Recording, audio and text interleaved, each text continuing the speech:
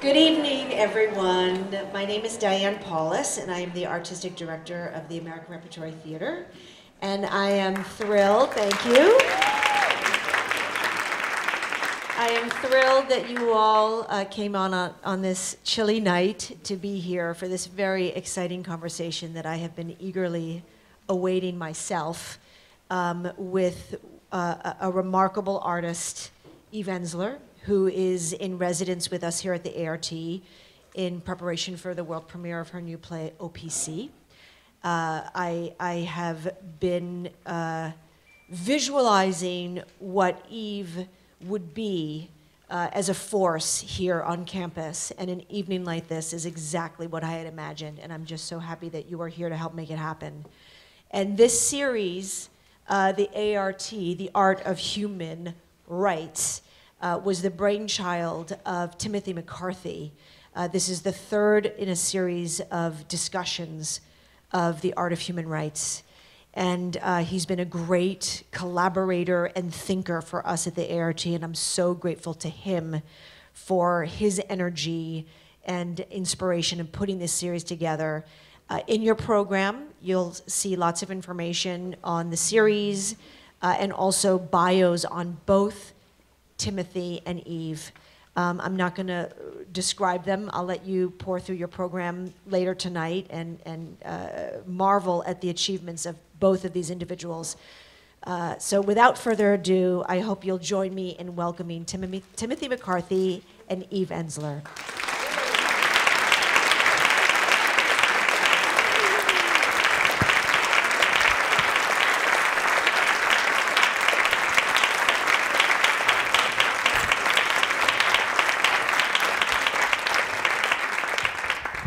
Hello, everyone. Hello, everyone. Hey, the manipulative part of me comes out. Sorry. Diane, thank you so much for that wonderful introduction and for all that you do to do everything, really. For all you do here at the ART, for the inspiration and the vision and the imagination and just the boldness that you bring to everything you do. And I won't speak for Eve by any means, but I can just thank you and everyone at the ART for inviting me into the family there. It's just been a remarkable place to do work here at Harvard and in the world. And so thank you for embracing me. I'm Tim McCarthy, and this is the ART of Human Rights. Tonight we are going to be discussing a topic called Politically Incorrect: Feminism and the Future of the Planet. The ART of Human Rights is a collaboration between the Carr Center for Human Rights Policy at the Kennedy School of Government here at Harvard and also the American Repertory Theater, and we're funded in part by a generous project grant from Mass Humanities, which is our state humanities council. And tonight I am joined in conversation with my new best friend, with someone for whom I have had just enormous admiration and who really needs no introduction. The internationally acclaimed artist and activist, the Tony Award-winning playwright, Eve Ensler. Thank you. Thank you. Thank you. Welcome, sister. Thank It's you. great to have you here. I'm so happy to be here. And I'm so happy to be here with all of you. And thank you, Diane, for welcoming me with such love, and everybody at ART with such support and love. I am having the best time here. Thank you. Thank you. Great. I met Eve in May in your apartment in New York, and we immediately hit it off. I was down there on behalf of the ART to do an interview for their guide, for their fall guide, about the new play, O.P.C., which we'll talk about tonight. And I was nervous. I was very, very nervous to meet her. Couldn't tell. You couldn't tell? No. Okay, all right. I was very nervous, and she immediately invited me into her home, and we sat on these brilliant colors all over the place, this couch, and we had cappuccino, and I just felt like, all right, like I really have met a new friend, and it was wonderful. So we decided then that instead of hoarding ourselves into an apartment, we were going to just reproduce that conversation, kind of, in public when she came up here to the ART in the fall. And so we're going to do that tonight, and I'm going to ask Eve a broad range of questions, but also this will be a conversation between us and then with all of you. and it'll hit a lot of different kinds of topics around her art and plays, but also human rights and social justice. So the first question I have for you is, as a historian and a humanist, I share your love of stories. And so I want to begin with your story. How did Eve Ensler become Eve Ensler? Whatever that is. Whatever that means. Well, yeah, that's an interesting question. You know, I think there's so many aspects of oneself, so it's hard to know what even Eve Ensler is, because it's constantly morphing and transitioning into something else. I don't think it's like a thing, you know, and a kind of hard identity. But I think there are aspects of me that do seem to repeat, you know, where I go, oh, I've seen that theme before, or, you know, or that neuroses before, or that particularly dynamic emerge in my life before. And I think one of the themes, and I was thinking about this a lot in rehearsal, and I've been thinking about it a lot in general, is that I grew up in a very, very violent environment on the inside, but on the outside, it looked like exactly what America had, the promise of America. And I think that duality has, that kind of mindfuck, has been at the core of a lot of what has driven me in my life, is to kind of correct that, to tell the truth so that what's going on in the inside actually matches what's going on the outside. And that lie, you know, that lie of growing up in a white middle-class neighborhood where you're being told every day that you're fortunate and everything is wonderful, and you're coming home at night where you're being molested and beaten, there's something at odds, you know, there's not a match. And I think, so that's one piece that I think, and then I think the second piece is just violence in general, growing up in an environment where one is bullied on a daily basis and made to feel that you're not significant, that you're always in terror. You know, I think it has really led me at a very early age to connect in a very deep way with a lot of people. Because I think that stream of being bullied, you know, seems to be a stream that many people have swum in, you know. And so I think a lot of my early life was a reaction. I was just in reaction to living in a kind of tyrannical, fascist world where my voice, my every move was being determined by the father, you know?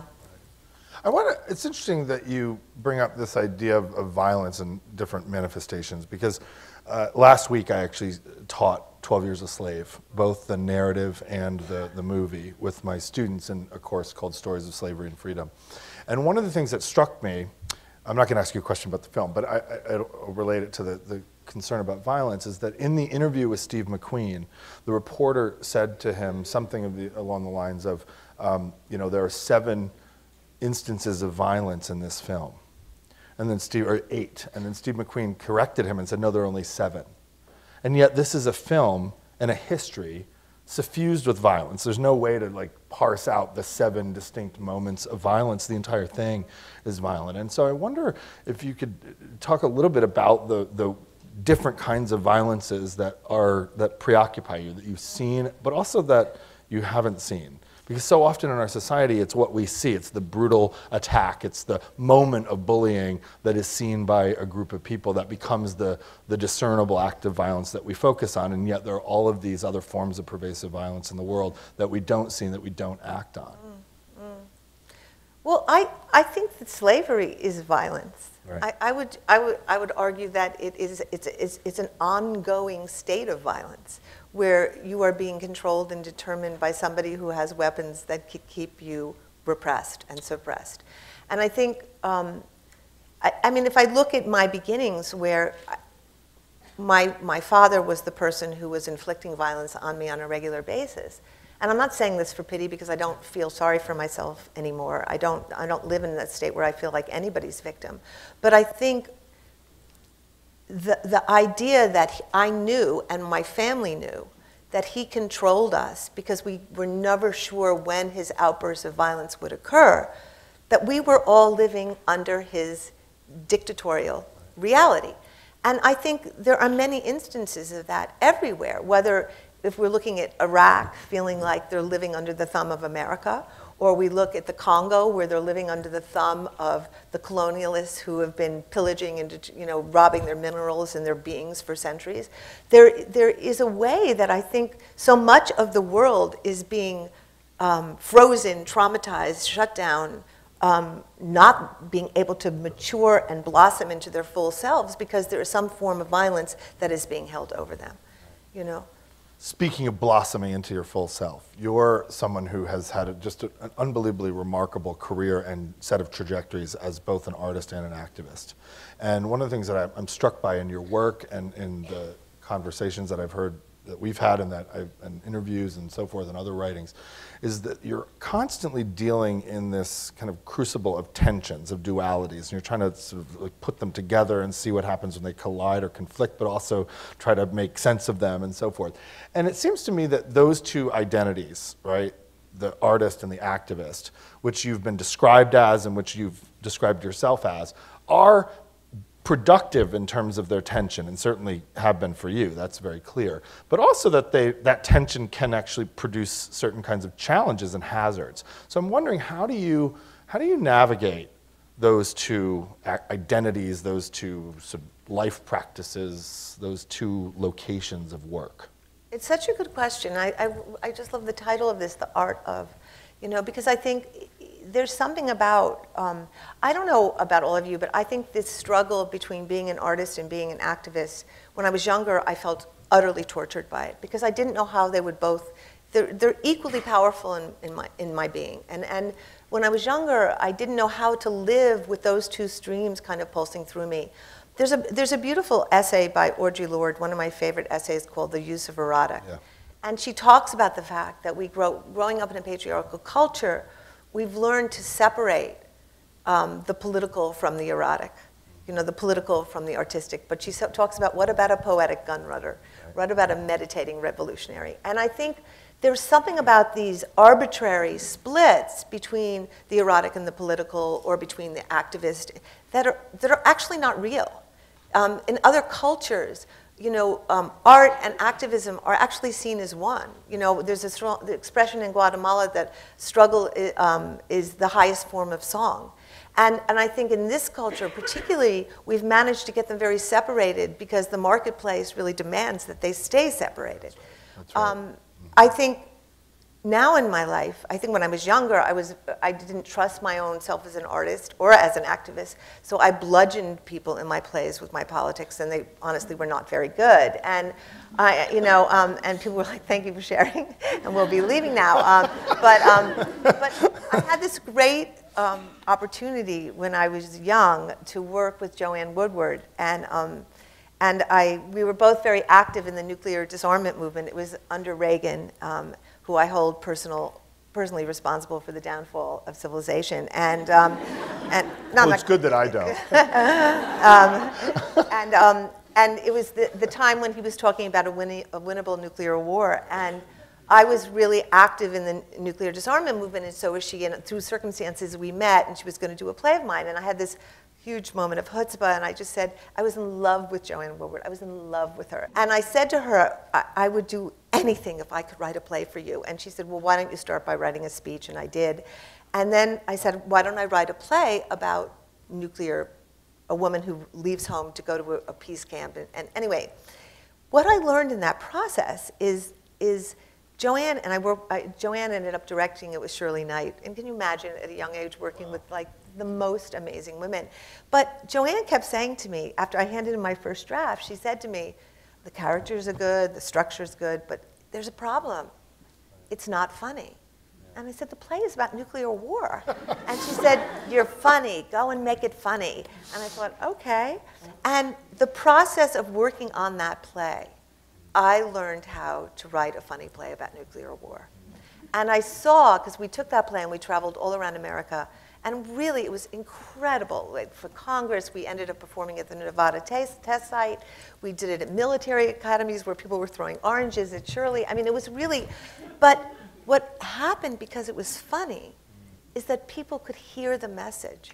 And it came into them in a completely different way. And by the end, people were rallying forward. And I think humor was the gel that allowed my art and activism to come together, because it kind of went above and below them at the same time.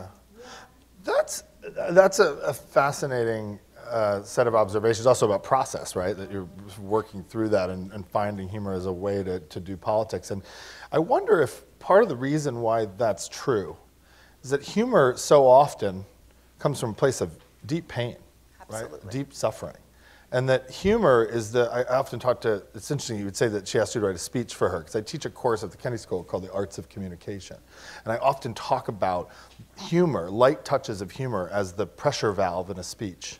That if a speech is intense, or a speech is strident in some way, or a speech is uncompromising, or solemn, and it has a particular kind of prevailing tone, that to season a speech with levity, with humor, with light touches of wit, oftentimes helps take the pressure valve off, and it allows people to not just enter in, but stay in a speech. And I'm wondering, though, if humor has a fundamental human quality that comes from pain, that ultimately most human beings who have experienced some kind of pain can understand. That maybe humor is the place where pain meets empathy. I think totally. And I think irony. I think because when you can laugh, you realize you don't take yourself that seriously. Yeah. And there's something about that offering that allows people to enter. Do you know, when you're kind of beating people over the head with ideas or issues, there's this righteous thing that takes over where a kind of hierarchy starts getting created, where you're better or somebody's less. But humor's like an equalizer. When people are laughing, they all are in the same place and in the same room. There's a great quote by Dario Fo, this is not it, I'm paraphrasing it, but something like, when your mouth is open and your head is laughing, thoughts can enter you without you knowing it. Right. And I really love that idea, that somehow, like, you've opened yourself in some way where you've been resisting change, or where you've been resisting an idea, they get into you in spite of yourself, Right. Yeah, and in a sense that then collapses these distinctions that society, the marketplace, our kind of social norms, our economic norms dictate.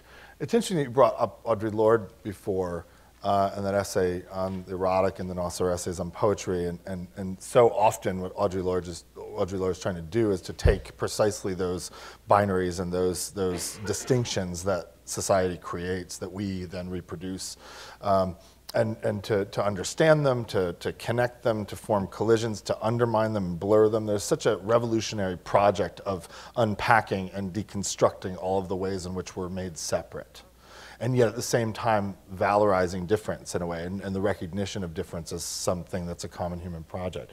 And Audre Lorde is also one of the folks who gave life to the mantra, the personal is the political. And you were talking about revolution before, and we'll talk more about revolution as we go along today, but one of my favorite moments for Emma Goldman, who's the anarchist, right? The one who upended all of those sort of social structures and economic structures, said that there can be no revolution without dancing. I'm not coming to your revolution if I can't dance. If I can't dance, exactly. And so the idea of blurring the artistic and the activist together, but also the blurring of the personal and the political. And one of the things that you certainly have done in your work, particularly in the Vagina Monologues most famously, but in other pieces as well, even in your autobiographical work and your memoir work, is that you're putting together the personal and the political and seeing what kind of art they can produce. How has the feminist revolution, which has very much influenced you and your work and the generation that you came of age in, how do you see that as influencing the art that you do and the activism that you do? Well, just going back to the whole political and the personal, I remember there's a great line in an Adrienne Rich poem where she says, the moment the feeling enters the body is political. Yep. And I've always loved that. It's like was a mantra for me for a long time, because I think this kind of it feels very patriarchal, the separation of emotions, this disembodied intelligence that we've all grown up with, and the fear of embodied intelligence, which I think is a revolutionary intelligence, But how is feminism? I mean, I just keep reading all this stuff online where people are throwing out the word feminism and I don't understand it. Should we get rid of it? Was it one of the clickbait titles? I don't either. I mean, and look, I'm old, so I was brought up in a time where I know I wouldn't be sitting here today if there hadn't been feminists. If feminists had not come before me, Diane Paulus wouldn't be head of A.R.T. I'm sorry, it just wouldn't have happened. And like none of us would have come into the picture, even an idea that we could have voice in the world or position in the world. So to say one's not a feminist feels to me like saying that you disregard a whole tradition and path that you walk in. That said, I think there's much confusion around the word, and rightly so, because I think there have been people who have what it seems like is wherever you go, everybody has their idea of what feminism is, and who owns feminism, and who's been excluded out of feminism. And so it's one of those words now that just creates so much, I think, tension and conflict in a lot of ways. For me, I grew up, you know, in a time where feminism was just happening. Right. You know, the feminist revolution was just happening. And I grew up with Robin Morgan and Simone Beauvoir and incredible feminist thinkers who were completely teaching me that I had a right to have a voice, that I had a right to equal pay, that I had a right to be sexual and expressive and alive. So I can't even imagine who I would have become if there hadn't been these incredible sisters before me who were leading the way, if there hadn't been Audre Lorde, if there hadn't been Adrienne Rich, if there hadn't been Toni Morrison, I mean, I just look at that path that I feel like I've been blessed to walk in. And I think, and honestly, I don't think we have accomplished the project of women's liberation. I don't think we have fulfilled the project. And I look, you know, I think it's 3 steps forward and 1 step forward and 2 steps back, 1 step forward and 2. And I gave a speech the other night where I said, when are we going to go 2 steps forward and no steps back? When are we just going to break through the door where we can be liberated already and we don't have to then go back? Look at reproductive rights in this country this year. Look at reproductive rights in this country this year. How many clinics have closed? 87 clinics, 250 restrictive abortion bills in this country in 2014. How long have we been fighting for this? And yet we're getting pushed back. So to me, and unfortunately, I could go down the list of endless stories of whether it's violence against women, whether it's 1 out of 3 women on the planet right now, which is 1 billion women, whether, look, I'm working right now with the restaurant workers in New York. Right now, the majority of restaurant workers are women. They are making substandard pay. They're making $2.13 an hour. The theory being that they're living off tips. Well, the truth of the matter is that the majority of waitresses in this country are working at places like IHOP and Olive Garden and Olive Garden. And they don't make tips. They don't make tips. So that on top of the fact that because they are having to live in a way where they're working for tips, the level of sexual harassment is the highest in the restaurant industry than it is in any industry. So we're living in 2014 where the majority of women in that profession are making $2.13 an hour and are being absolutely harassed on the job. And that's a given. Right. That's a given. It's acceptable. It's acceptable. So we haven't moved the project of women's liberation to an anywhere near successful point. Do you know? And so I will be a feminist till I die, and until we reach that liberation. Yeah. Yeah.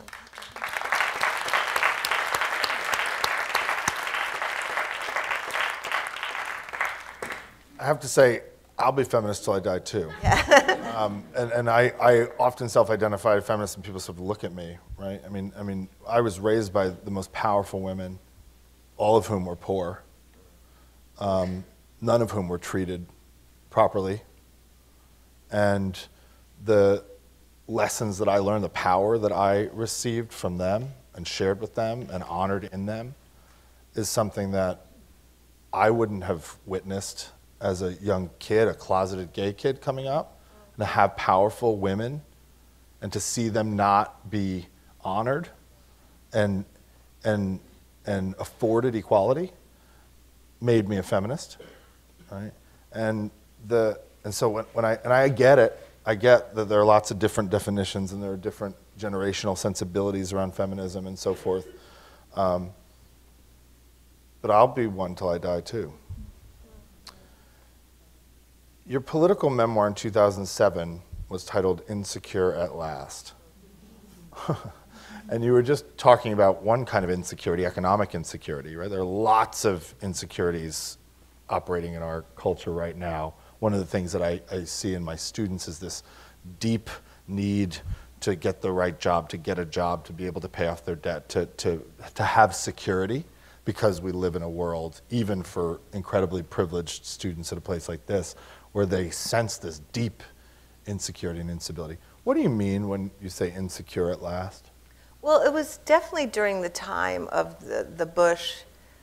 It was when Homeland Security was moving in, right? When they were beginning the takeover, which has led to the NSA and everything that has subsequently followed. And my deepest instincts were telling me that security was being used as mirage, as a way of scaring people, so that they would slowly, and actually fairly rapidly, begin to give up their basic rights. Rights to privacy, rights to freedom. And I started to think about, like, what do I want? What do we want? What is the most important thing? Is, for example, security more important than freedom? You know, I don't know if you've all seen the amazing Edward Snowden films, Citizen4, but it's really astonishing. And one of the things we are forced to look at as Americans in that film is, what are we giving up for so-called security, and who are we giving it up to? And what is their real agenda? Like, what is the long-term agenda of that? And so that... Who's already taken it before we even realize exactly, we're giving exactly. it up. And if you look at the interconnections between Facebook and Google and the government and what's going on, I mean, I don't know about all of you, but I'm terrified. I think there are all kinds of things, and I think Edward Snowden is one of the greatest people of our times. And I think not only should he have a hero's welcome when he comes back, but we should be asking him to tell us more things about what's going on. You know, I think for me, that book was really and maybe this is actually post really bad cancer, but I don't long for security. It's not what my dream is. My dream is to be in a world, and maybe this is another way of saying another kind of security, but I think we have been trained growing up in this corporate capitalist culture that our personal security, our individual security is the paramount interest. When in fact, if our interests were each other, we would be far more secure. And I think that is the kind of manipulation of this structure. And what I feel, if I look at the places where I feel the best, where I feel the most secure, it's when the most people are being taken care of. That's right. You know, when I feel embedded in that community of care, in that community of equality. Where I feel the least secure is when I go to a Hollywood party, you know, and I look at the hierarchy of royalty, for example, where there are people who matter and people who don't. That's when I feel horribly insecure. Yeah. Because that is just mirroring the whole capitalist structure in a much more glamorous way, you know? I've never been to a Hollywood party, but I feel exactly the same way whenever I go to I don't get invited anymore. Yeah. Well, I don't get invited anymore, but there was a moment. Yeah. I never got invited to those, but I can invite you to a faculty meeting if you'd like to go. We have our own stars at those. So can we talk for a minute about vaginas? Oh, always. All right, okay. In the preface to the Vagina Monologues. Love what a V-man you are. I'm a V-man. Absolutely. We'll get to that in a second. So here you are. I say vagina because when I started saying it, I discovered how fragmented I was, how disconnected my body was from my mind. My vagina was something over there, away in the distance. I rarely lived inside it or even visited. I was busy working, writing, being a mother, a friend. I did not see my vagina as a primary resource, a place of sustenance, humor, and creativity. It was fraught there, full of fear. I'd been raped as a little girl, and although I'd grown up and done all the adult things one does with one's vagina, I had never really re-entered that part of my body after I'd been violated. I had essentially lived most of my life without my motor, my center, my second heart. Why is it so important to name vagina, to say it out loud, as you have done in the Vagina Monologues? Because words are magic. Words are magic. You know, I can't say how strongly I feel that when we name things, things change, and things exist. Do you know, if we, you know, at the beginning people were like, why don't you just change the title? Change the title. And I was like, what am I going to call it? Like the pocketbook monologues, you know? And like people will get into the theater and I'll be like, gotcha, you know?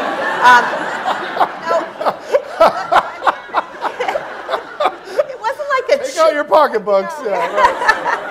It wasn't like a trick, you know? But part of that is just, you know, it's astonishing to me that we can say plutonium on the front pages of the New York Times, or Scud missile, or Viagra, or gas chamber, and you can't say the word vagina. What does that tell us? Yeah, right. What does that tell us? And I think what I've seen, and I actually think my theory has proved true, that when people can say it, their vaginas actually exist. And when your vagina exists, you can actually come to know it and touch it and cherish it and protect it and stand up for it. But when your vagina doesn't exist, it's someplace in the dark. Horrible things can happen to it there.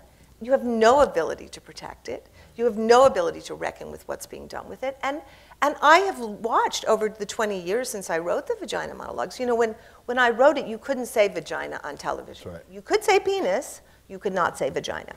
And I remember CNN did a piece on the Vagina Monologues where they never mentioned the word for 10 minutes. I remember that. By the way, it was an artistic feat, you know?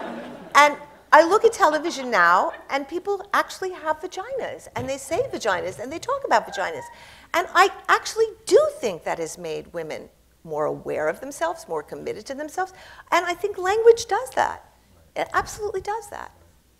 So, take me back to 1993, right, or the early 1990s when the Vagina Monologues came about. And one of the things that I love and continue to love about the Vagina Monologues is that they are they're monologues, right? Some are composite, some are individual, based on individual interviews, some are composites based on several interviews. And obviously this was your project and you entered into it in this way, but it's such a collective, collaborative, sisterly project, right? Feminist project. And what inspired you to do this in the first place? And then if you could take us back to that time, what was the sort of process? How did you find the folks to interview? How did you come up with the questions about if your vagina could talk, what would it say? If your vagina could dress up, what would it wear? Like, I love these questions. What inspired that? Yeah. Well, first of all, and thank you. I mean, the Vagina Monologues are all fictional pieces. I want to say that. Yep. And the process was really, it kind of taught me, right. You know. I was having a conversation with a very smart feminist woman who was going through menopause. And you will talk about your vagina, trust me, if you're going through menopause. And she was saying things about her vagina that really shocked me. She was saying it was dried up and finished, dead and prune-like. And I was like, oh my God, I was horrified. And then she went away, and I thought to myself, well, what do women think about their vaginas? I don't really know. Yeah. And so I casually said to a friend, well, what do you think about your vagina? And she said, oh, my mother used to tell me, don't wear pajamas, don't wear underwear underneath your pajamas. You need to air out your pussycat. That was the first thing anyone said to me, and I was like, oh my God. And then it was like one person would say, you know how women are, oh, you should talk to my friend, she has an incredible story about her vagina. And she would say, oh, my friend. And, you know, and before I knew it, I was like sucked down a vagina trail, you know. And believe me, it's been 20 years and I'm still waiting to get out, you know. I think what happened was women were so excited to talk about their vaginas and talk about their clitorises and that it was the kind of thing where people were like, oh, I want to tell you what happened to me, and I want to tell you what happened to me. So I was just taking notes. Yeah. I had no intention of writing a play about vaginas. I was already a way, way, way, way downtown artist, and I would have imagined that would have secured my status, you know?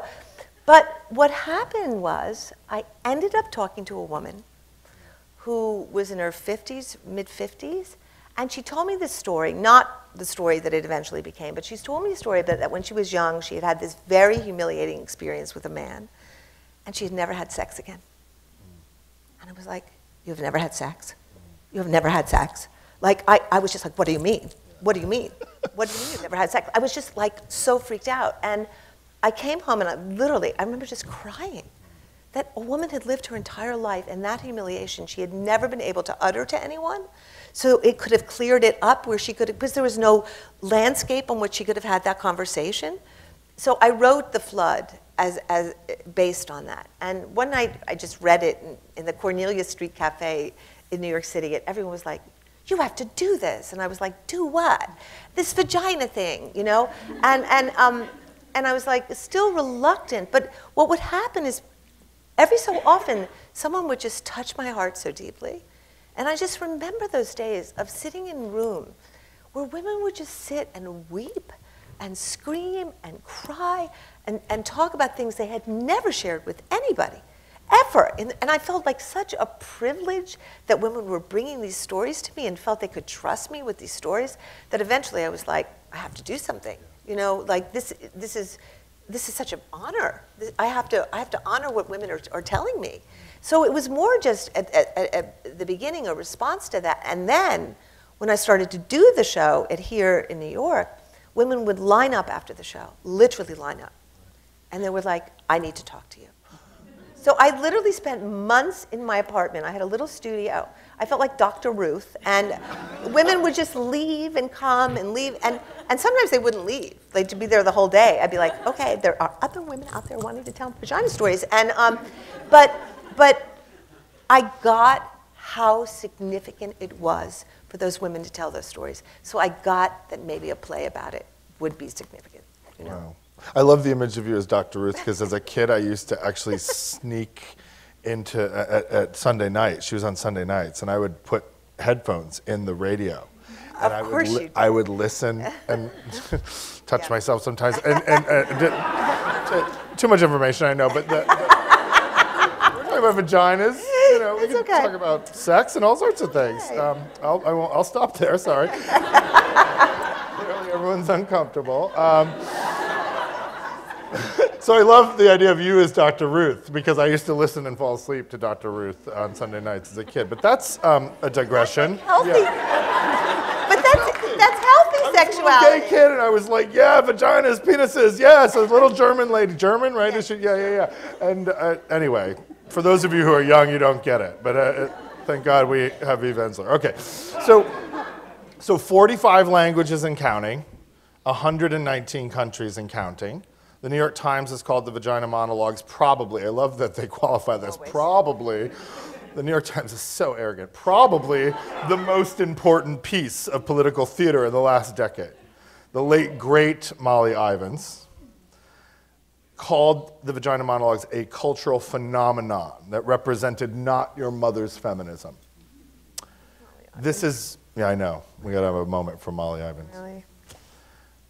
How do you respond to all that? Not just those characterizations, but to the fact that this really has become a cultural phenomenon. I mean, I've seen the Vagina Monologues a dozen times because my students perform them every year. And it's now a global phenomenon, which we can talk about. So how do you make sense of the evolution of this? But not just the evolution, I mean, just the spectacular global reach of this. I think because at the source of the Vagina Monologues was a community of women, and their stories went into the fabric and went into the mix of the creation of it, that it was always owned by them, and it eventually went back to them. And I think there was never, and I look now, I think one of the things that excites me so much is I used to walk through airports and people would be like, I saw your play, and now people go, I was in your play, you know, and you know, I did The Flood, I did the Coochie Snorcher, oh, I had an orgasm. I mean, it doesn't matter where I go, somebody's telling me how they came somewhere in some country at some time.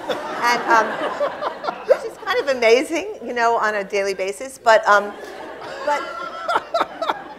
You give too much information, right? No, Yeah, it's like, not enough. Yeah. And also, but I think what's really exciting about it is that where things are bred, they will go. Yeah. Like if you create and cook something in community, it will eventually be owned and taken by the community. And I think that's why it's had, I mean, look, obviously I'd like to believe it has something to do with my artistry and all that, blah, blah, blah.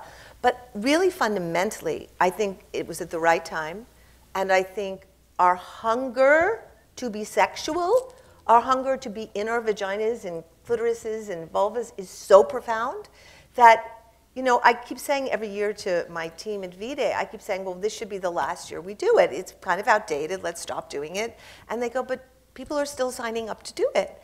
And I realized, having just been in Haiti like a month ago, where these amazing Haitian actors performed it in Creole at and in the Haitian parliament. Okay, now imagine this. The Haitian parliament, a group of 6 unbelievable Haitian actors in Creole coming in the Haitian parliament, okay? I sat there and I went, I'm on acid. This is like, and what was amazing was that the members of parliament came in, all of which were male, and they didn't wear their jackets because they were planning to leave. And they started in the back row, and by the end they were in the first row. And the woman who played the dominatrix at the end, and I've seen bold performances, I've never seen anything like that. She came out with a hat and a whip, and she walked up to him, she put her leg up, and she went, I love vaginas, I love women, I do not see them as separate things. And the member of parliament was like, oh my God. And she never pulled back, she never stopped, she never got nervous, and I thought, this is real life change. I'm witnessing real life change right now.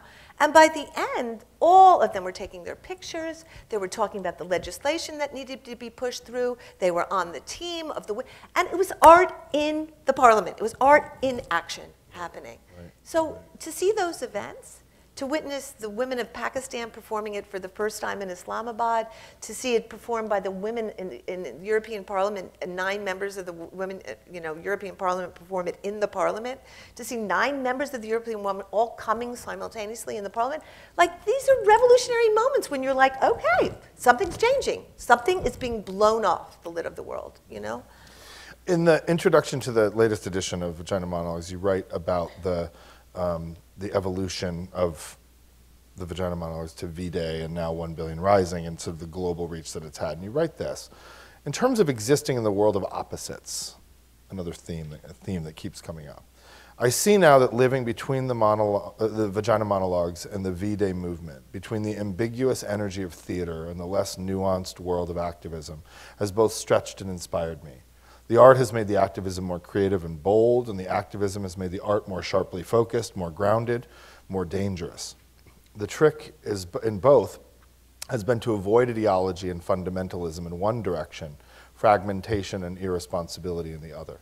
The trick has been to lay a certain groundwork, i.e. the play, the intention of the movement, and then to trust individuals and groups to bring their own vision, culture, and creativity to the experience. The trick has been to create something that is both concrete and fluid, something that can spread quickly and yet has integrity, something that is owned and changed by many and has certain ingredients and laws that allow this adaptability. The trick has been to live in the contradictions while maintaining principles, beliefs, and purpose. And you talk about that as friction. I want to talk about your most recent work, one that many of us will see, that premieres here at the A.R.T. in 2 weeks, right? Or yeah. I won't say when. It makes people nervous when you're going into a rehearsal. What the hell is O.P.C? Literally, what is it? When you come. Okay. It stands for Obsessional Political Correctness, but I don't want to say too much more about it. But I think the play is looking at, I don't know about all of you, but I think it's very hard to be alive right now. I think it's just very hard. It's hard to know what we know and be aware of what we are aware of and figure out how to function in the world. I live with constant guilt. I don't know about all of you, but just about everything I do. Everything, you know, whether it's a paper cup that I haven't reused or used at all, or, I mean, I think, and I think obsessional political correctness has to do with the more conscious you become, the more difficult it becomes somehow to function in the world. I think denial actually serves a function. I think it sometimes keeps you able to move forward. On the other hand, I think it also is going to get us killed. So I think it's not really serving a function in the long run. And I think the play is really looking at what happens to somebody who is awake, who's seeing everything. You know, how do you live like that? And then how do you live with a mother who is a Democrat, essentially, and a centrist liberal? And I think it's really looking at the friction between those two forces and those two people, mother and daughter. What specifically, was there a specific catalyst that inspired this work? Was there, or was it just the kind of, you know, the capacious sense that everything is completely fucked up and that we can't live in a world in which we're not creating art, or we might as well die? I mean, what was it that led you to write this particular play, which I've now read in 2 iterations. I read an early draft when we had our interview in May, and I just read last night the most recent draft, and this play is fabulous. Thank you. It is so, I won't give away the ghost, but it's so good. I laughed, I cried. It's way better than Cats. Way better than Cats. Cats freaked me out. Me too. Totally. Literally, like, Cats freak me out, and Cats freak me out. Which is why I have a dog. Anyway, once again, I digress. I like your dick. I know, it's good. It's where the life is. Yeah. So it's so rich and fabulous and complicated and funny and also unspeakably tragic in terms of the things that it's sort of trying to highlight and illuminate and get us to think about. So what inspired it? What? It's because it's a very different kind of art for you, I think. Yeah.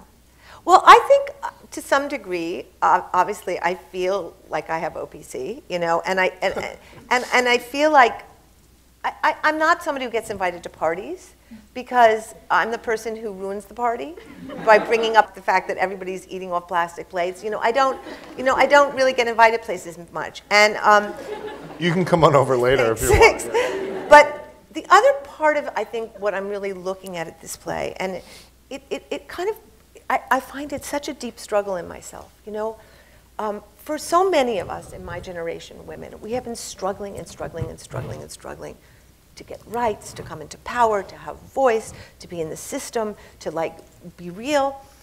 And there's a line in the play where one of the characters, Romy, says, it's like you have the Mercedes, but there's no more roads. Yeah, right. You know, it's like I feel what's happened is the need to get in has somehow trumped why we wanted to be in, right? Yeah. The need for power, the need for whatever is like, what did we want power for?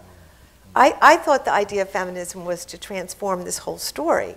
I thought it was to look at economics and the environment and the whole, like that when women finally came into their voice and power, we were talking about the whole story being in revolution. That's what I was going for. So I think what's happened is, in the time that women have been struggling and struggling and struggling, they've been shut down and shut down and shut down and shut down. And I think this happens to all oppressed groups. Eventually, you just want to get in. That's right. And you don't care anymore why you're getting in. You just want to get in. And I think that is problematic. And then we trade structural transformation for symbolic ascension. Exactly. Right. Beautifully put. Right. That we put the, as my late mentor Manny Marable at Columbia used to say, a black face in a high place does not mean we have racial justice. Exactly. Right. Exactly. And that was a prophetic comment, actually. I must say, I will appreciate it. I don't mean to out you here, but you know, I will. You can. When we were having cappuccino on your couch last May, and you self-identify as a socialist, and I felt so good, because no one self-identifies as a socialist anymore, except for like me and you, and like me. Actually in Cambridge, there's probably a maybe I'm misreading my audience, but anyway.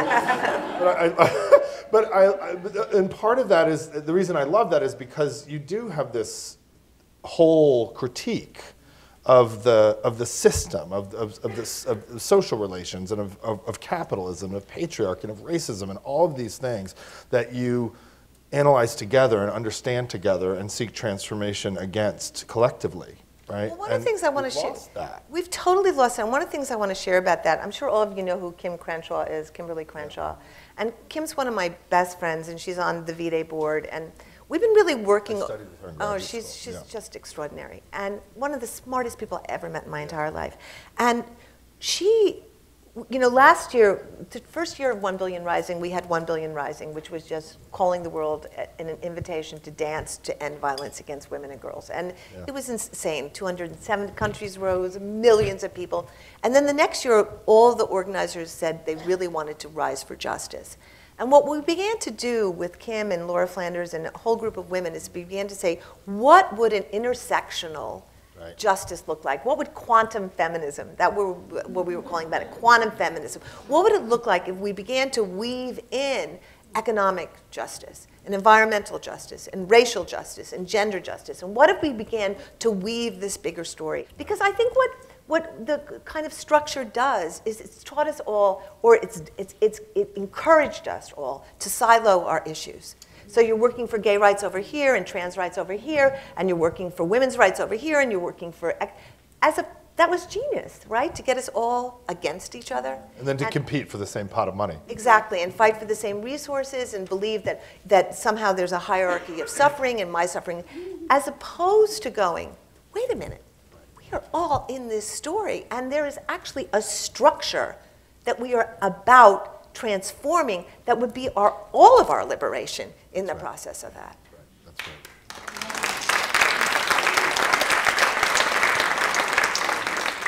So at the center, without giving away too much, at the center of the story of the play is a relationship between a mother and a daughter.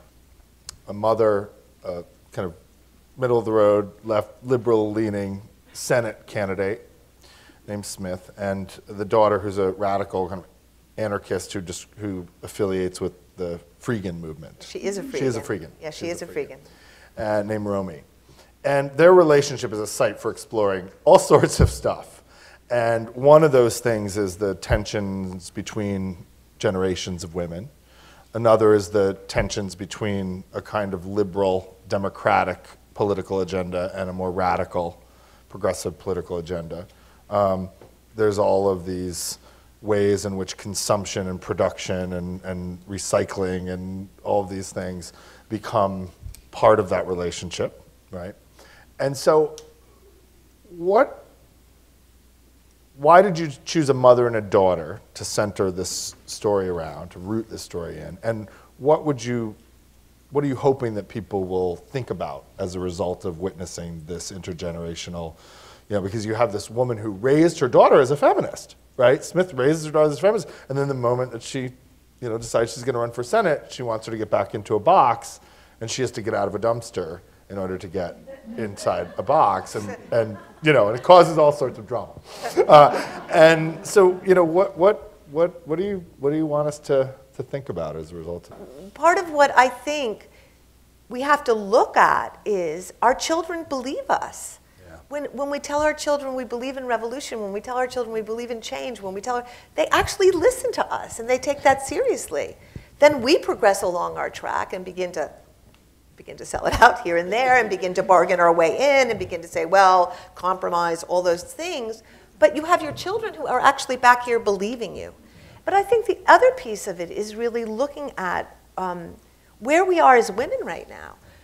We've had this group, my generation of women, who have really ushered in liberation, and now we have a younger generation who have different concerns. They have different concerns. They're actually concerned about the earth and the possibility of our extinction, which seems to be something to be quite concerned about. So I think there is a rub between those concerns, in these generations. That's right. I want to follow up on a question about that, but I wanted to ask you, one of the things that struck me about the play was the father figure, right? You just talked about about a different daughter and father.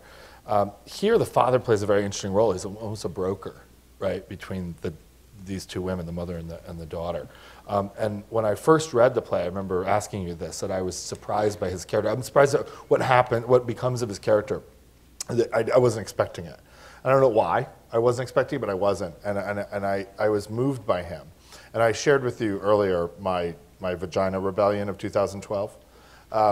I'll share with everybody else that I was so appalled by what you were talking about before with all of these laws, hundreds of state laws, the transvaginal probe governor in Virginia, and the legitimate rape claims, and all of the ways that there was such, I mean, the war on women, what we've come to call the war on women, all of these different ways in which women were being assaulted in terms of character, in terms of policy, in terms of rhetoric, in terms of physical violence. That I was so sick of this, and it was a Republican strategy in some ways. I mean, it backfired in a lot of ways. But so I decided in July, before the election, that every day until the election, I was going to get up in the morning and I was going to post on Facebook something with the word vagina in it. And some days it was just vagina in all caps and like 3 exclamation points. And I just did this, and I actually. It was because of you that I did this. Not directly, but indirectly it was. And I remember, feeling like, okay, this is just my way of expressing outrage. I mean, there are other ways that obviously I try to be an ally and in solidarity and a feminist as a man. But I was struck by the father and the role that he plays. What role do you think, if any, men have to play in feminism and women's liberation? Well, it's so interesting because I've been saying lately, I don't know how we're going to end violence against women unless men are involved, okay? I mean, it's one of those crazy questions. Like, when 95% of the violence committed against women is committed by men, I think they're a part of the story, it turns out. And I've always felt strange about the fact that violence against women was a women's issue. Because it turns out we're not actually raping ourselves, But it's kind of like you will be victimized and you will heal it and fix it as well, And women are so generous that we end up going out and doing that. But I think the truth of the matter is that unless men take on the issue of ending violence against women, of being our allies, of standing with us, of speaking up. The truth of the matter is the majority of men are not rapists and are not batterers. But a lot of men are. Because if 1 billion women in their lifetime will be battered or raped, that involves quite a substantial number of men, unless there's many repeaters. And what I would say is that it's not just important that men agree in principle that violence against women is a bad idea. Men have to actually stand with us with the same intensity, with the same commitment, with the same outrage that women have, or it's not going to change. They have to literally say to their brothers and fathers and uncles and friends when they're putting women down or assaulting women or being mean to women, that is not acceptable. You cannot do that. Because until men do that, it's not going to change. And for the life of me, and I'm just going to say my utter frustration about this, I have been in this movement all of my life fighting to end violence against women. What is taking you so long? What is taking men so long to join us in this? I have rage about it. I don't understand it. You want your daughters raped? You want your wives not to be able to walk down the street and feel safe? You want your mothers not to be protected? I don't get it. What is stopping you from engaging with the way you engage with sports, for example? The way you engage with everything, So. Because sports is another outlet for violence, and it is our Roman Forum. Well, that too, but we could direct that anger towards ending violence. It would be nice. And I get, as someone who's also been involved in a bunch of movements over my lifetime, racial justice movements, obviously queer liberation, feminism, etc. I always get the question, and I study social movements, so I get this question all the time. What does it mean to be an ally? And I get very frustrated by that sometimes because, stop trying to worry about how to define ally and what new key word you're going to use to describe what you do in the world. Just go do it. And one of the things that I always tell people is that as a queer person, like, if you want to be an ally for me, then when people are talking shit about my people when I'm not around, but you are, stand up for us. That's right. And I learned this in the racial justice movement, right? Like, it doesn't matter. I mean, I would love it if black folks loved me, but I actually much more interested in getting white people not to hate black people. So with you. Right? I'm so with you. What matters is what I say when white people call black people the N-word in my presence when black people aren't around. Or when they stop whispering black people because there are none in the room, right? It matters what I say then, right? It matters what men say to their sons, their brothers, their fathers, their teammates. Absolutely. And that's what it means to be an ally, right? That's the solidarity. It's not that we're linking arms and marching together. That's important too, right? But it's that other piece of it, which happens when we're not around each other. That's the culture change. And I think what's connected to that too is not expecting to be appreciated for it all the time. You don't need a trophy for justice. You don't need a trophy for it, you know? Part of being an ally means you have to learn how to serve the people you're being an ally to shut up and serve on a certain level, and not to expect to be getting, oh my God, what a great man that you've showed up at our meeting tonight. Right. And then the whole meeting stops and it's like, oh my God, he came. Isn't it amazing he's here? A guy's in the room. Oh my God, we've been doing this work for 30 years. You got here finally. Congratulations. Let's move the meeting on. Do you know? What took you so long? But part of it is, and I'm not saying I don't adore men. That is not the issue. The issue is, if we're really going to be allies to people who are suffering because of our people, right? Or because of what our gender is or our race is, part of it is learning how to serve in humility and how to show up in humility and how to be taught how to be allies. Do you know? I want to, for a second, give you an opportunity to describe for those of us who are going to enter that theater and see this play, what we're going to experience, the landscape of the theater. Hopefully it's going to be funny. Speaking of transformation, the theater is being transformed in important ways that speak to the justice concerns around the environment that the play is also very much deeply invested in illuminating. Well, first of all, I want to thank A.R.T. for being so revolutionary in their support of our approach to this play, because it was a hard thing, I know, to turn systems around and production crews around. But one of the things, do this at every amazing different way. It's crazy. But one of the things we wanted to do was to make sure the form matched the content, and that our set was, I think our set is like 95% recycled materials. That everything what we're working on in the play, whether it's programs or how we're going to be doing it, is going to be environmental friendly and environmentally and with minimal consumption. And I think it's been fantastic because all of us in the cast, in the crew, the production, the designers have been forced to go outside their box and to think, no, you can't buy that. So how are you going to make that? How are you going to find that? How are you going to take something that was, something else and turn it into something new and transform it? And I think, I just watch the cast, like everybody does confessions every week. This is what I want to buy. And then they don't buy it. But they have group sharings now about, I wanted to buy a coat, but I didn't buy it this week. And everyone goes, yay. And then like they sit in a circle and they pass around all the things they didn't do but want to do. And when they slip and they go and buy something, they share that. But it's been amazing just to see the kind of consciousness shift just within the cast and just within the production team and everybody else. And I think it's really taught me something, like maybe we can start really doing something called eco-theater, where we're really looking at what are we throwing away? Why aren't we reusing sets and transforming them into the next set? Why are we using so much material? Why aren't we building this into everything that we're doing and making it green? One last question, and then we'll open it up for Q&A and conversation. You see, one of the things I love about you and your brilliance and your brain, as well as your art and your activism, is the way that you see linkages between forms of structural oppression and between forms of violence, actually circling back in some ways to how we began. And you see a link, a connection between the violence against women, the violence that's done to women in our society, and the violence that we're doing to our planet. Literally rape in each case.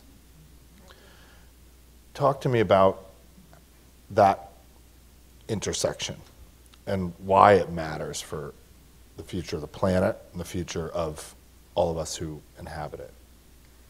Well, I think how we see life, right, is manifested in how we treat women and how we treat the earth. I've always felt that extractivism, you know, this kind of going into people and taking what isn't yours, taking more than your share, being uninvited, going deeper in than you're meant to do, is rape, and it's rape of the earth, it's rape of women. I want to tell you one story because I think this is really a perfect example of it. You know, I spent the last 7 years working with amazing activists and women in the Congo, and really, in some ways, what we've built there, this incredible place called the City of Joy, which is the most wonderful, beautiful place that we built with the women of Congo. It was their vision, it was their dream, and I'm very proud to say it's owned by them, it's directed by them, it's determined by them. But it's this beautiful lotus in the mud in a place called Bukavu in the DRC, and it's a revolutionary center where women come who have been absolutely devastated by war. All are survivors of extraordinary gender violence, and they come with wounds. They come with bullet holes in their head. They come with nightmares. They come with children at home who are products of rape that they're learning how to love. And in 6 months, they go through the most extraordinary process of love, of therapy, of education, of transformation, of community, of self-defense, of sexual education. And when they leave, they are the most empowered, stunning flowers of leaders. And I love this place so much, and I love the women so much. But one of the things I've watched in the Congo, and this is the connection I'm making to the earth, is that before this last war, the last 14 years of war in the Congo, the majority of people lived in the forest, and they lived on the land. And what the war did, and that war, which has been a war, it's an economic war, which has been a war for minerals and gold and coltan, and has, to a large degree, been fought on the bodies of women, because one of the tactics used, because it's a cheap tactic of war, is that the militias come into the communities, they rape the women, they have husbands rape their daughters, they have sons rape their mothers, they destroy the family structure, they kill people, the family flees, and then the militias take over the mines. And what's happened over these last 14 years in a place like Bukavu is that everyone has fled the forests and the villages into Bukavu, which was once a town of 50,000 and is now a town of 1 million.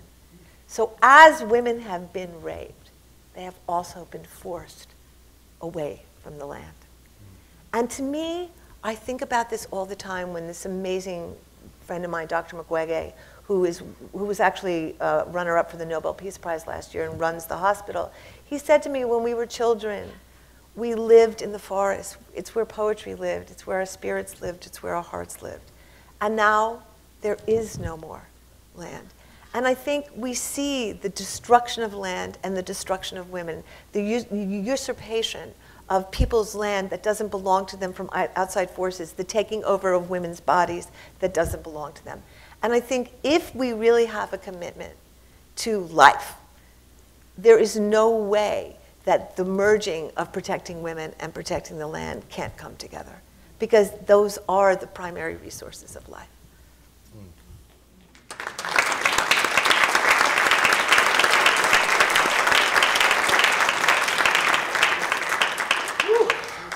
Take a breath after that. That was, thank you. We'll open it up for questions from the audience. I just asked you to identify yourself, however you would like to, before asking a question, and try to be as succinct as possible so we can get as many comments and questions in this next period. So, oh, okay. Oh, here we go. Katie. I'm Katie Blaisdell. I'm a student at the Harvard Kennedy School and at the Harvard Divinity School. Thank you so much for this. You are the catalyst of the feminist liberation of a generation of women, myself included.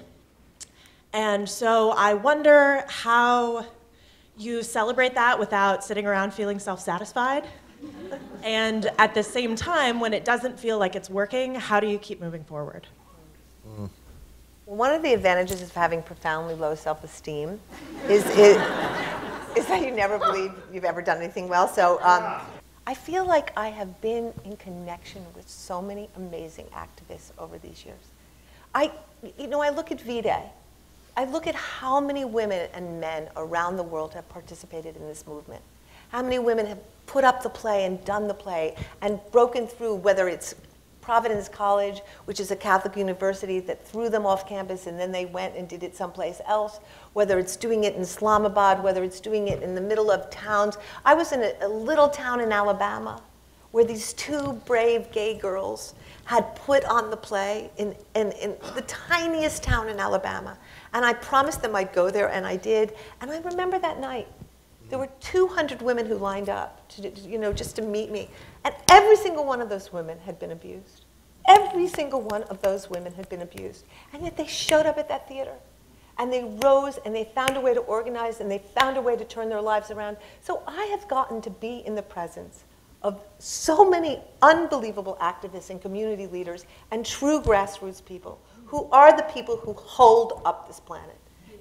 Maybe they don't get recognized. Maybe they're invisible, but the reason we are here in time as civilization is because there are grassroots activists around this world doing the daily, ongoing work, whether they're nurses, whether they're people opening shelters, those are the people who have been involved in V-Day. And so I feel in solidarity, I feel like a part of that river, and on the bad days, I feel like I'm a part of that river too. It's not about me. We have a much bigger story to be written than, it's about multitudes, not messiahs, It's about how do we build a linkage with each other so that none of us get targeted and none of us take credit, We're all taking credit for this movement. And if I look at Monique Wilson in the Philippines, or Christine Chula de Kruiver in the Congo, or Agnes Parayo in Kenya, or I can just, these women have given, or Zoya in Afghanistan, women who have given their lives, risked their lives, put their lives on the front line. I get to be in solidarity with those women. I get to rise up every morning and fight for justice, and this is an amazing life. What do people want to do? Buy handbags? Is that a better life? Do you know what I'm saying? Like, you have to ask yourself, when you get to be this age and you look back on your life, what did your life matter? What did your life matter? What was meaningful in your life? You know what was meaningful? The day City of Joy opened. What was meaningful is sitting in the Haitian parliament while these brave Haitian actors performed the play. You can look at the moments of your life when there was a radical transformation and radical change. And those are the moments you take with you, not the moments of, whatever the capitalist dream is offering, which are deeply seductive. And I'll say something about the bad days too. I feel like if you're in this movement, there are bad days. Yes. There are bad days. My inbox is an inbox I don't wish on anybody. I get probably every 15 minutes, I will get a story of horror of someone around the world, right? And there are days when I just get in bed and I cry all day. And I let myself feel the pain of the world, and I don't pretend I'm not feeling the pain of the world. Because if we're awake to the world, it's impossible not to feel the pain of the world. I think about the people in Ferguson right now, and what they're expecting, and the anxiety they're feeling, and what's going on there. Like, we have to be awake to the pain of the world. It's our responsibility to be awake to the pain of the world. And I think if you let that happen, you'll pass through the pain and you'll get to the humor, and you'll pass through the pain and you'll get to the joy, and then you'll come back to the pain. But if you say, I'm not going to feel the pain, you won't get to anything,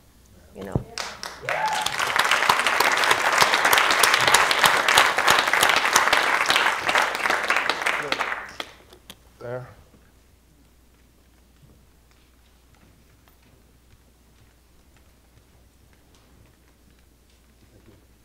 Hello, my name is Balthasar Müller, and I'm studying applied physics at Harvard. During your conversation, at multiple points, you were asking, where are the men? And I was wondering, where do you think the men are? Well, why don't you tell me? Where are they? actually don't know. I was hoping you would help me a little bit.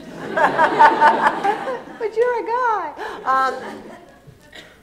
You know, I have many theories about it, and I feel like I've rehearsed and rehashed them all so many times. But I think what I feel is that the prison of patriarchy, the box of patriarchy, is so impossible sometimes. You know, I think men who want to break out of that box have so much pressure. What does Tony Porter call it, the man box? That there's man box that's created, and when men step out of that box, the pressure of other men to get them back in the box is so strong. When women's liberation happened, it wasn't like the whole world was going yay, right? There were women who bravely came forward who were called all kinds of names, who were put down, who were shunned, who were, you know, but they kept going until the rest of the women could break through with them. And I feel like that's what needs to happen. We need a real men's liberation movement. We need a liberation movement where men are not afraid. You know, for example, I'll give you a perfect example. You have a son. You want your son to grow up. You want him to be okay wearing dresses. You want him to love the color pink. You want him to cry when he wants to. You want him to be tender. Your son goes to school. He goes in the playground. He's boy, fabulous girl, boys, feminine, masculine, every ingredient, gender, swirling, fluid self. And he's in the playground wearing his skirt, playing, and all of a sudden the boys bully him. You as a parent at that moment have to stand in solidarity with your child and not be then taken off by other people's idea of what it means to be a boy or a girl. And I think that's really hard unless people have community where they can bond together and begin to create and envision another idea of manhood and masculinity. And I think that is the next step in our evolution, where people really commit fully to saying, what is gender, what is manhood, what is masculinity, and why don't we let people just begin to grow up and express themselves and explore that with support and solidarity and community. Can I add something? Yes, please. I think that men are afraid because they're too concerned with being either powerful or accepted. And the power is the seduction that comes from capitalism. It's the seduction that comes from the Enlightenment project, which separated reason from emotion and then denigrated emotion, which gave rise to sentimentalism, which brought it back for a little while, at least in the literary marketplace. And it's the seduction of hierarchies, it's the seduction of tenure, it's the seduction of all of these vertical alignments of hierarchy that structure our lives and that require compartmentalization, separation, and binarization in order for us to exist. And men, too many men, are preoccupied with moving up in that hierarchy and as a result preserving those binaries, preserving those separations, and preserving those structural compartmentalization. And when I say they're afraid because they want to be accepted, I mean, think about what is the worst thing other than faggot that a boy can be called on the playground? A girl. A pussy. Yeah, or a girl. Or a girl. Or both. I mean, in the locker room, the worst thing, me growing up as a jock, closeted as hell, fucking my co-captain. My father was the coach. It gets very complicated. I'm going to write a play about that someday.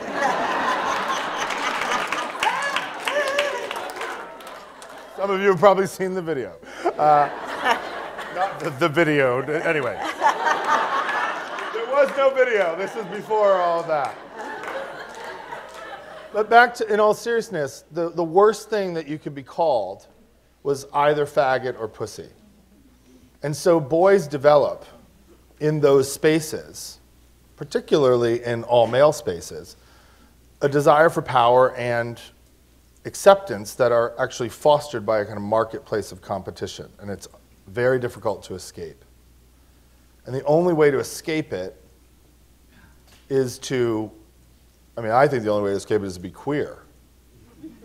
And I don't mean queer by man-on-man sex. I mean queer like refusing to be complicit in the construction and perpetuation of those hierarchies, those separations, the compartmentalizations, which are meant to maintain the inequality and the violence that you've been talking about all night. And we need more men to stop being afraid. Because when you stop being afraid, all of that shit collapses. And you can actually become vulnerable and emotional and affective and effective as a political agent for justice. But only when you become willing to forget that fear and that seduction of power and hierarchy. And that if there's one thing the queer liberation movement has given, in addition to the feminist liberation and the long black freedom struggle and all anarchism, all of these things that we've been discussing tonight, is that they all were queer in a way. They were all looking at the world of hierarchies, whether it's white supremacy or patriarchy or capitalism or heteronormativity or whatever. And they looked at that world that was structured in that way hierarchically. And they said, fuck this, literally, fuck this. And to fuck this system and to fuck those hierarchies is a queer project. And it's a feminist project. And it's a black liberationist project. And we have to have the courage to be in solidarity with that project. And get that it's one project. And it's one project. That I said project for a reason. It's one project. It has variations and different manifestations and iterations, but it is one project. And that's a powerful thing. If we can just get over that fear. That's when the men, I hope, will enter. But that is so beautiful, what you just said. That is so beautiful. And I think what it requires... I'm sorry, I feel like I'm angry. Sorry. You're allowed to be angry. I love you, brother. I think that's what it means to be insecure at last. Yeah. Is to break out of that binary. To say, I don't know what I'm going to be anymore. I'm not going to be defined by this or that. I'm just going to figure it out as we go. Right? And to me, that's what's really exciting about being alive. Like, what if you weren't defined by the hierarchy? What if you were defined by connection? What if you were defined by love? What if you were defined by music? What if you, but not like there's somebody in the room who matters at the top, there's someone, what if all that went away? Yeah. How would we know ourselves? How would we be in relationship to each other, you know?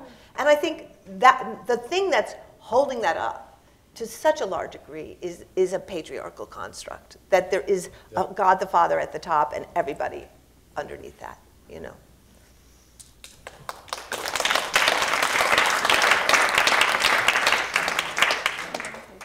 Do you want to just scream it out? Up there, and then we'll come back. We'll come back right here. Thank you so much. Hi, my name is Joelle Thomas. I'm a student at the Kennedy School, and I'm also an actor. I'm also extremely passionate about international women's issues, and in particular, the unimaginable, incredible levels of violence that women experience overseas. I just wanted to share, when I was really young, I went to a UN conference and I got to hear from some women who were working in the sex trafficking industry, and they talked about how it's awful, and one of the reasons why it's awful is because sexuality is a human right, and that's how they defined it, and women and all people have the right to experience and explore their sexuality and what that means to them, and I feel like in so many ways that's what your piece, the Vagina Monologues, is about and what this event is about. And so I wanted to thank you for speaking, first of all, about your experience with women in the Congo, and also ask, because I see this as so connected to what you already do you have plans, are you already exploring a piece that talks about international women's issues and giving a voice to those voices? Well, I did a piece called Emotional Creature. I'm an Emotional Creature, which is a teenage version of that. But right now what I'm really interested is how to give platform to women everywhere to tell their stories.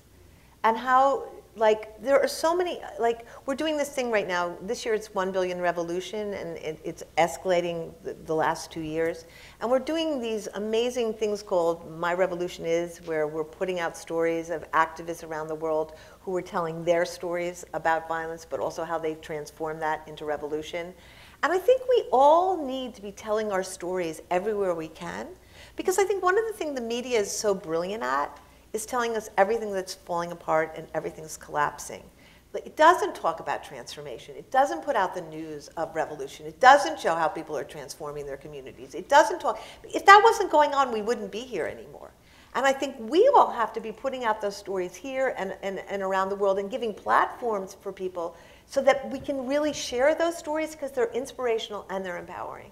You know, and you know, I was talking to the director, my amazing sister in the Congo today, who's the director of City of Joy, and she said, I'm so happy because the photographer's here, and she's taking pictures of what City of Joy has become, and it's like the most gorgeous, abundant, fertile, flowering place. And she said, we have to put these images into the world so people understand that there are many sides to Congo. Just like there are many sides to the United States. But the one the media captures is the terrible Africa, the dying, the starving, the violent, the blah. There is so much else happening there, it turns out. You know? And part of it is like, how do we tell the stories of the real complicated layers stories of people in their voices, in their way in the world?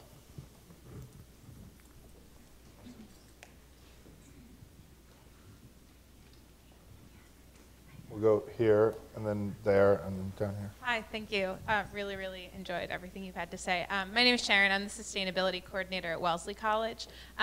So one thing, you're telling us about how you're obsessing about, you know, whether you're reusing a cup or all this stuff. But I'm staring at these bottled waters that you're drinking. I know. No, you're right. You're right. I did not bring them here.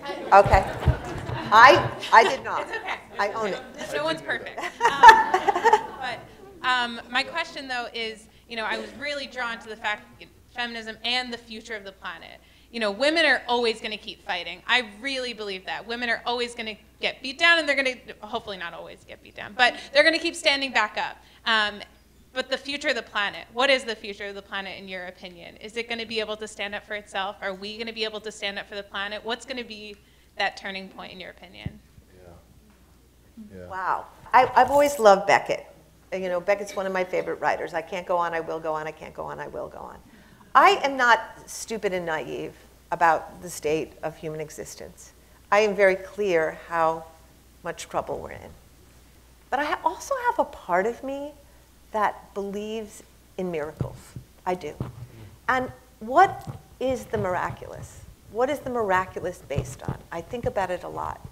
I think it has to do with a kind of collective energy that comes together to reimagine the world. And I think if enough of us, and I truly believe this, direct our imaginations to, and our energies, and our bodies, and our dance, and our sexual expression, and the way we live, to the reimagination of the current state of our human existence, and reimagining the structures that are disabling us, we actually could find a way through. I really do believe that. And I'm going to hold that belief until the ice finishes melting. Do you know what I mean? Because really, what's the alternative?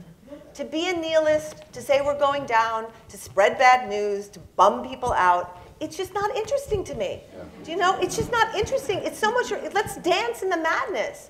Let's go for it. Let's say, okay, let's build this crazy ass world and see what we can do. And if we don't win, so what? We're going to die anyway. We died trying, you know? I remember I used to leaflet on the corner of 23rd and 7th during the nuclear disarmament movement, and people would spit on me. It was like, what are you doing out here? And finally one guy stopped me one day and said, really? Do you think you're going to end the nuclear arms race? And why are you out here? And I said, you know why? It's very simple. If I stand here every day, and if I fight to end nuclear weapons with all my heart and soul, the day they come pointing towards me, I will feel okay. Yes. And if that's all it's about, that's okay with me. But we all have to dig into ourselves and say, do we really want to go for it, or have we given up? It's a big question. A lot of people have given up. And that is on us. You know, we are the people who are going to turn this around. You know, and it's a joy to turn it around. Struggle is the highest form of song. There is nothing better. I love it. Feminist, socialist, optimist.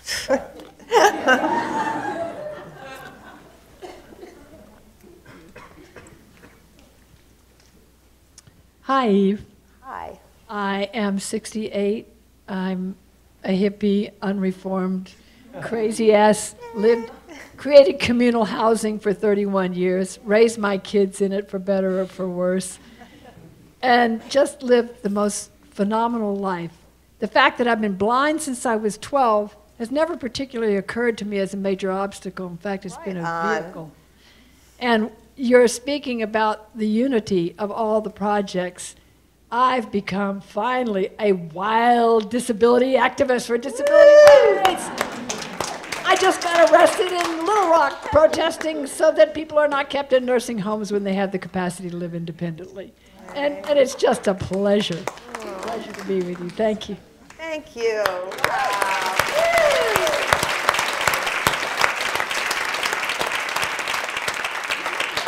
And you're beautiful, by the way. Yes. Go ahead. Wait. Oh. Yeah, can we? Sorry. Oh, no problem.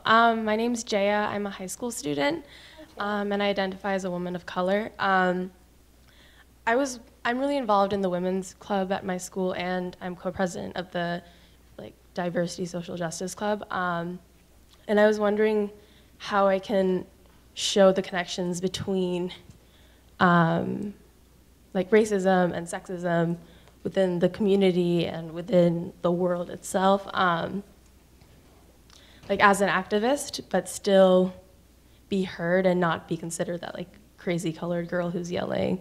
Yeah. You might be. Well, yeah. I mean, I've been called that before, so it's fine. What's wrong with that? I think it's just I don't get hurt as much, but just you've been an activist for so long, and I was wondering how you get through it with kind of what the first person was saying. How do you get through it, and how do you show the connections, and how do you make yourself stand tall? Okay, first of all, I adore you, and the fact that you're here, bravo, bravo.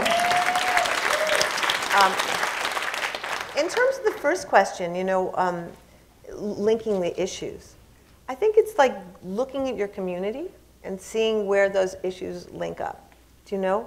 And then beginning to create a project or create a vision of what you want to, how you want to bring them together, do you know?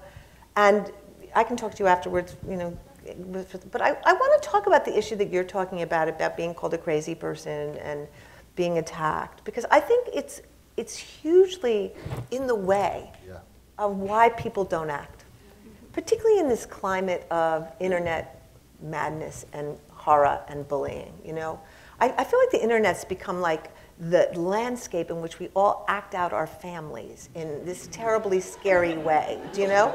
And with strangers, like abuse, and I've just never seen so much abuse. I went off all social networking like a year and a half ago, and I'm so happy, But I want to talk to that, because I think there is something about our fear of being attacked, of being called names, of being bullied, that keeps us from standing up. So the two things I would suggest is that everybody needs a posse.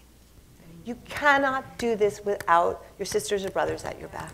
Yeah. It's impossible, because you have to have that at your back. If you're really doing this work, you're vulnerable.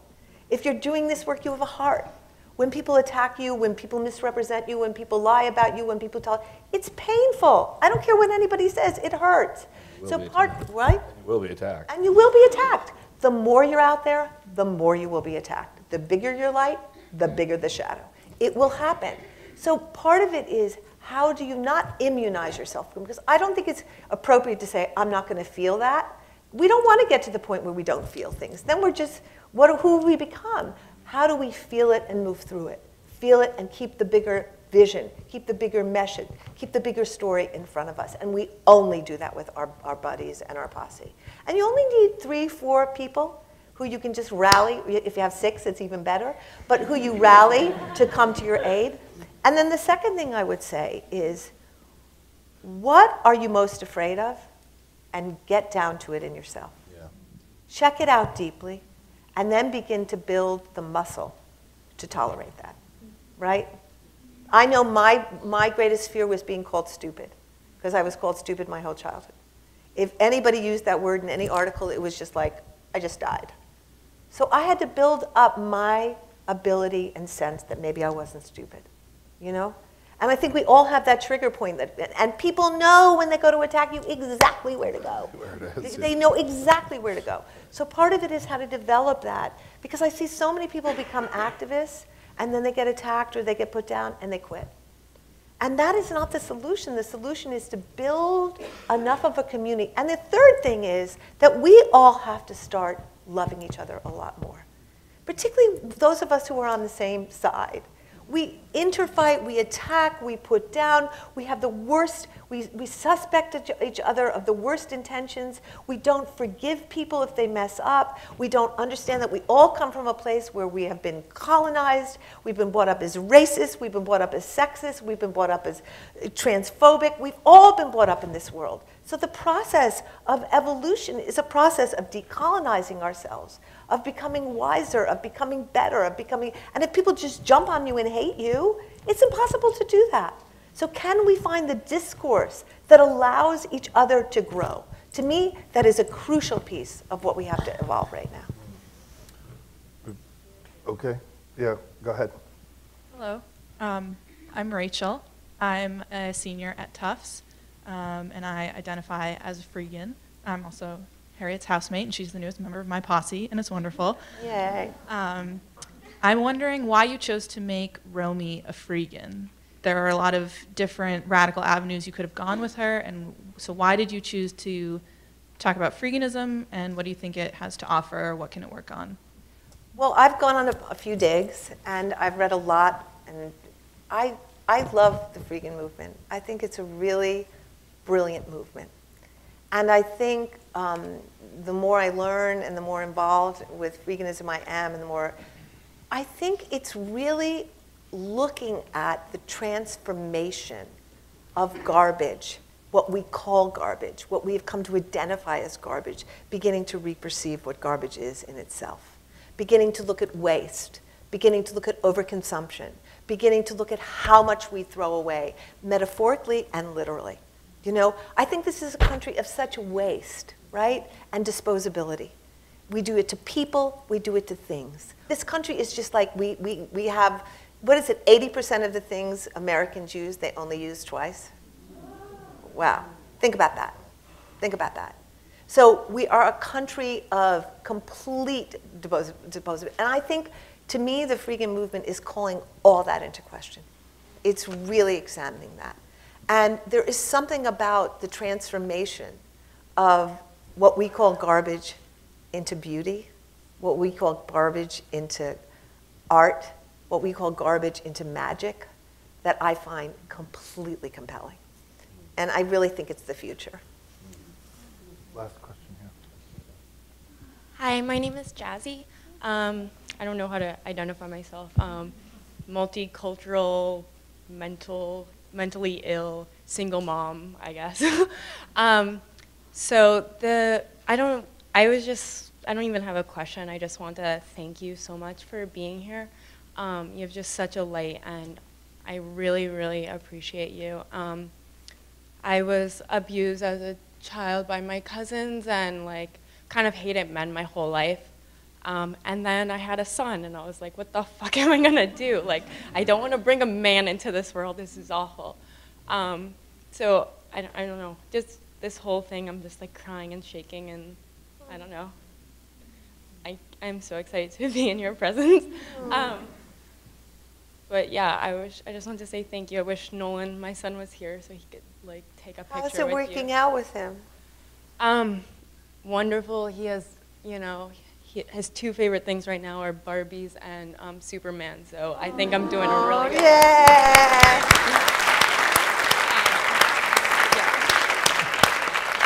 and something you touched on earlier about, like, you know, women who have kids who are products of rape and stuff.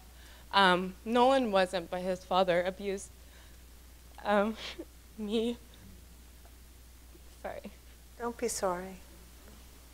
And it's really hard because, you know, he has his dad's face and you're like, how do you, it's hard to love that child sometimes. And other times it's not because, again, he loves Barbies and Superman. He like hides Barbies underneath his bed. I'm like, I don't have a problem with it, kid. And he's my favorite shopping buddy. We like thrift store shopping together, and he's like, he thinks I wear too much black. He's like, Mom, you gotta wear more color. Like, I love you. But yeah, it's incredibly difficult, and I just, you know, I'm just so thankful for people like you. I want you to help me raise Nolan. Come home with me. Yeah, thank you so much. Thank you.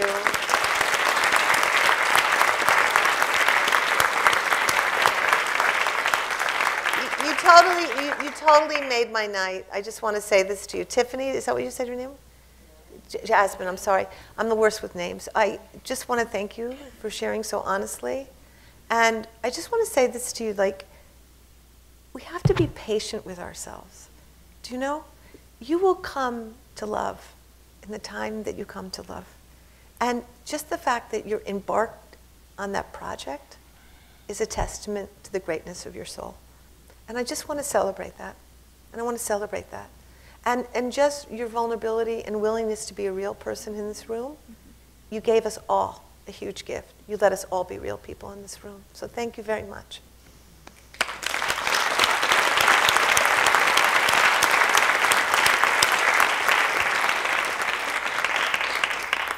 That's a perfect way to end. Thank you. But I want to say something about you. Oh. Because you said, I just want to say that I have a new best friend, and I feel like I'm so blown away by Tim's honesty, by his ability to puncture that wall that is often up in academia, his willingness to tell the truth, and this has been one of my favorite interviews ever, and I just want to thank you from the bottom of my heart.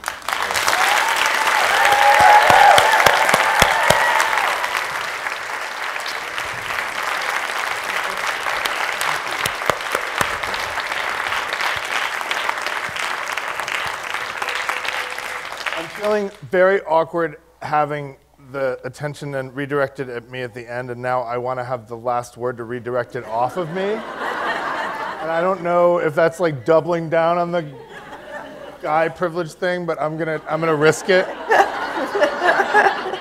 Holy shit, this is complicated. So, in the interest of paying it forward, I actually did want to ask a question on behalf of my students and on behalf of the community here at Harvard, which is just one place in a larger struggle against sexual assault and sexual violence, and in the struggle to make sure that we have a future of a planet. This is a campus which has many social movements going on right now. Two of them are the struggle against sexual assault and the struggle to create a more just community here at Harvard, a healing and safe community for those who have been subjected to that violence. And it's also a place where there are activists, some of whom are in both movements. I consider myself as someone who's part of both, who are calling on the university to divest from its investments in fossil fuel, and along the lines of the campaign that I was part of as a college student, to divest from South Africa during the apartheid era. And I was one of the faculty signatories on the divestment letter for fossil fuel, and I've been very active in trying to help enable a more just sexual assault policy. My students are so brave in standing up to an institution that is so great and yet so not great at the same time. And I always say to them, Harvard's great, but you have to choose whether or not to be just. And this place will not make you just, it will make you powerful. Yep. What do you have to say to my students, our students, this generation, who's trying to be brave like we tried to be brave, with all the all the frustration and all the joy that comes with trying to be brave? What do you say to them? Some of them are here. I'm happy to pass along your wisdom. We have a video. What are your parting words to the next generation that may just save us all? Okay. Set it up so big. It feels like, okay. This is all I can share is my own experience. But I have never stood up to power where I didn't feel better. And I feel like if we are really going to bring about revolutionary change, all of us have to get bolder, kinder, more connected, and believe that our efforts are going to truly lead to something. And I think that it's not ironic that divestment and sexual assault are together here. Yeah. Because they're both extractivisms, right? They're both ending the pillaging of the oils from the ground, and they're about not taking what doesn't belong to you. They're asking consent. They're not taking more than you're due. But I just want to say, when I was in college, I learned how to be this crazy person that I am. Yes. This is the time to flex that muscle. This is the time. You know, I was at Syracuse University a few months ago, and I don't know if you know that they've occupied their center now, the women's center, and I was there to fuel that fire and to say go, you know, because they weren't getting what they wanted. And I want to tell you something. If you feel it's unjust here, stand up for it. Practice standing up for it. Go beyond what you think you can go, because that will teach you everything you need to know when you leave here. It will be it's like the rehearsal space, you know, where you get to stretch those muscles and find those muscles, you know, and I think, what's better than that? What are we going to do? What does compliance get us? What does good behavior get us? What does going along with the status quo get us? We become bland land. We become part of that story which is absolutely eradicating us on a daily basis. But when you stand up, when you put yourself on the line, when you speak truth to power, you are alive. You are on fire. You know you're in the truth, with the truth, and there is nothing, I promise you, in this lifetime you will ever get that is better than that. Good night, everyone.